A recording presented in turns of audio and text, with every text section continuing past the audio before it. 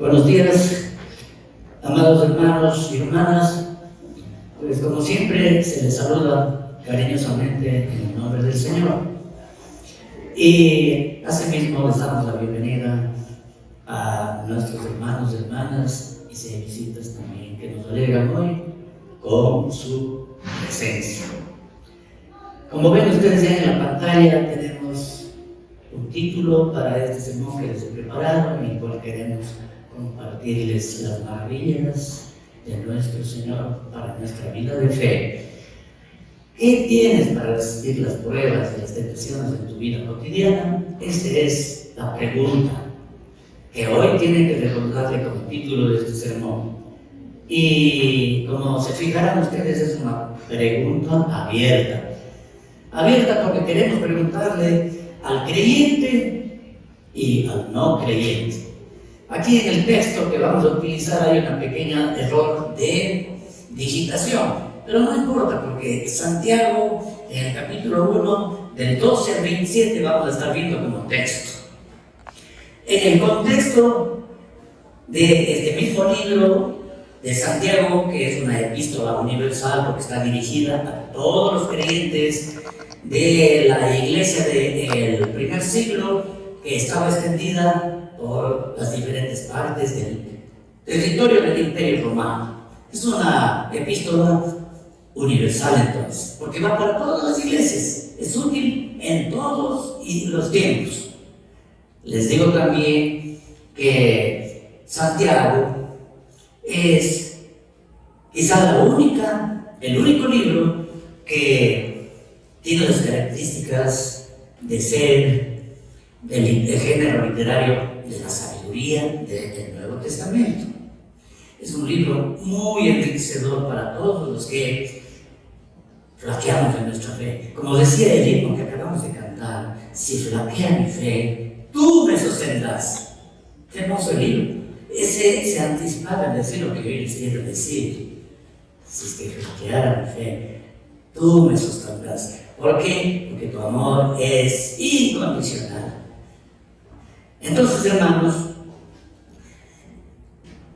en el contexto del libro mismo de Santiago, si ustedes pueden leerlo después, van a encontrar 4 partes dentro de esta epístola sobre los cuales nos habla Santiago.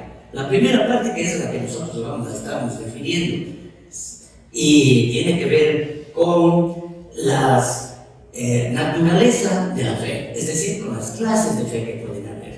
Y me anticipo en decirles que una fe no es única. La fe es viva o muerta. Viva cuando tiene obras, muerta cuando es estéril. Y si bien es verdad, podemos hablar de clases de fe, es la que trabaja y la que no trabaja, la con obras o la sin obras. A eso nos vamos a estar refiriendo en este texto, dentro de este contexto de la primera parte de Santiago, que tiene que ver con la naturaleza, es decir, con la clase de fe que nosotros podemos encontrar o manejarnos. Dicho esto, tendríamos nosotros que pedirle que sea el Dios mismo ministrando este tiempo de meditación. Por lo tanto, les ruego, hermanos, que me ayuden a elevar la oración. Papito Dios, bendito Señor, en este momento que vamos a embebernos de tus preciosas verdades, que son luz y vida para nuestra vida, queremos pedirte que sea tu Santísimo Espíritu ministrando, hablando a través de quien dirige esta meditación, para que todo sea a la luz de su palabra, bendito Señor, y de su verdad que es única. En el nombre precioso de Jesús le damos gracias por esto que pedimos. Amén y amén. Entonces, hermanos, como les decía, el texto que va en Santiago del 12 al 27 es la parte central de la cual vamos a estar meditando. Y Figúrense lo que dice Santiago al respecto de aquellos que estamos en pruebas y en tentaciones diarias. Del 12 en adelante, justo hablando ya del texto, dice Santiago: Dios bendice a los que soportan con paciencia las pruebas y las tentaciones, porque después de superarlas recibirán la corona de vida que Dios ha prometido a quienes lo aman. Cuando sean tentados, acuérdense de no decir: Dios me está tentando. Dios nunca tienta, ni es tentado al mal, jamás. ¿Por qué? Porque Él es el único santísimo. Y al ser santísimo, Él no tiene relación con el pecado. Así es que esa podría ser una falacia o algo terrible, que nosotros pensamos que Dios es el culpable. Más bien, acuérdense, hermanos y hermanas queridas, que la tentación viene de nuestros propios anhelos y deseos pecaminosos, que en la versión Reina Valera le identifica como nuestra concupiscencia, que es esa tendencia, esa propensión que nosotros los mortales tenemos en el ADN después de la desobediencia original. Sobre eso tenemos que luchar siempre. Entonces, hermanos, dicho esto, seguimos con la lectura y dice: la tentación viene de nuestros propios deseos, los cuales nos seducen y nos arrastran hacia el mal, los cuales de esos deseos nace el pecado. Y cuando dejamos que el pecado se apropie de nosotros, entonces da a luz la muerte en nosotros. No es que nos vamos a caer fulminados, hablamos de la muerte espiritual. Y de esa muerte que habla el apóstol Pablo en Romanos 4, que dice que la consecuencia y la paga del pecado es la muerte. Cuando nosotros andamos en pecado, somos muertos andantes o muertos vivientes en esta vida temporal. Y Santiago prosigue adelante en el versículo 16, dice: así que no se dejen engañar, amados hermanos y hermanas. Todo lo que es bueno y perfecto es un regalo que desciende a nosotros de parte de Dios nuestro Padre, quien creó todos los luceros del cielo. Él nunca cambia ni varía como una sombra en movimiento. Él, por su propia voluntad, nos hizo nacer de nuevo. Atención con lo que está diciendo Santiago. Él, el Padre Celestial, por su propia voluntad nos hizo nacer de nuevo, por medio de la palabra de la verdad. Palabra de la verdad quiero que meditemos, que nos dio. Y ahora, de toda la creación, nosotros llegamos a ser su valiosa posesión.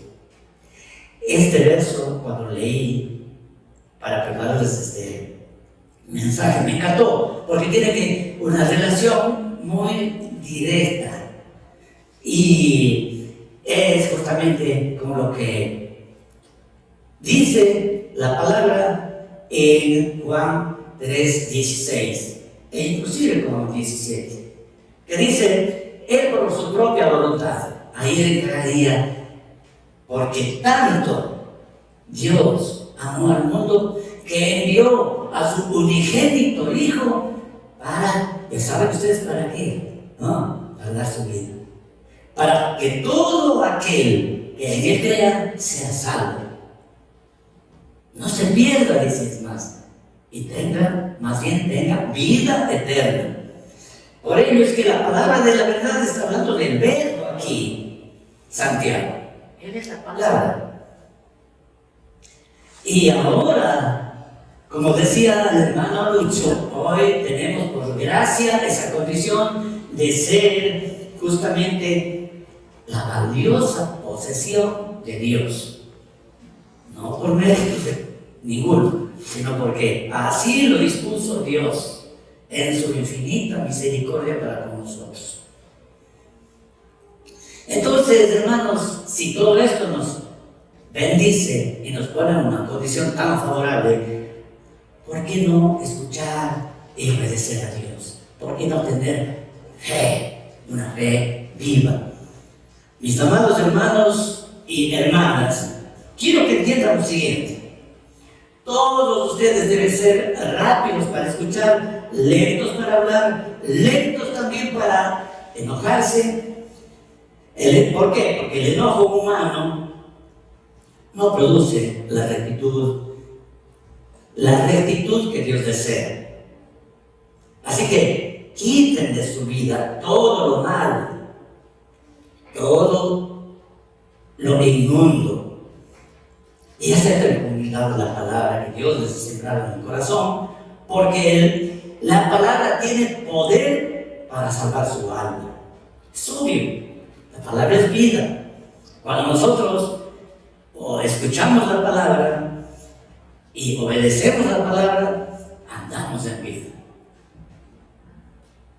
Y prosigue Santiago: no solo escuchen la palabra de Dios, tienen que ponerla en práctica. De lo contrario, solamente se engañan a sí mismos. ¿Entendido, hermanos? Pues, si escuchas la palabra, pero no la obedeces, sería como ver tu cara en un espejo. Te ves a ti mismo, ciertamente. Luego te alejas y te olvidas de la faz de tu cara. Esto no sucede, esto es una realidad. Por eso Santiago habla de aquello. Pero si miras atentamente la ley perfecta que te hace libre y la pones en práctica y no la olvidas, y no olvidas lo que escuchaste, entonces Dios te bendecirá por tu obediencia. ¿Quieres ser bendecido, hermano? Obedezca la palabra. ¿Quieres ser bendecida, hermana? Obedezca la palabra que escuchaste. Y termina el texto diciendo así lo siguiente, Santiago: si afirmas ser religioso, pero no controlas tu lengua, ¿dónde está tu religión? Es vana, es vacía, no vale para nada, dice también en otra versión. La religión pura y verdadera, a los ojos de Dios Padre, consiste en ocuparse de las necesidades de los huérfanos y de las viudas. Ciertamente, esto dice Santiago porque en ese tiempo los huérfanos y las viudas en la sociedad de aquel tiempo eran los más, diríamos,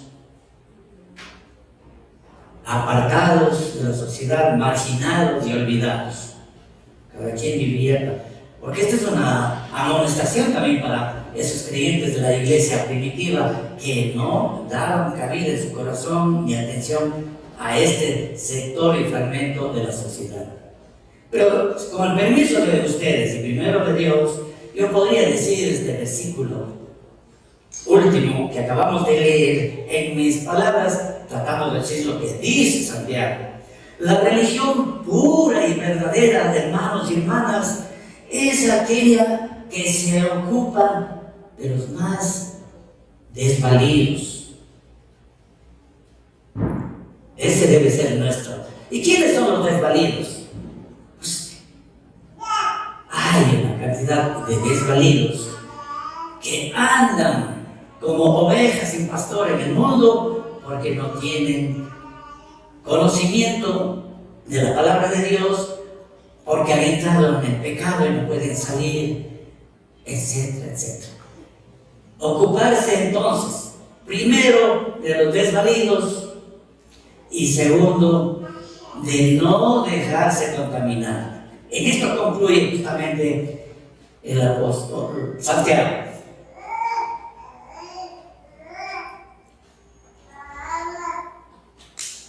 ¿Por qué he hecho yo una pregunta abierta con el título de este sermón? Porque quiero preguntar a un creyente: ¿qué tienes para salir airoso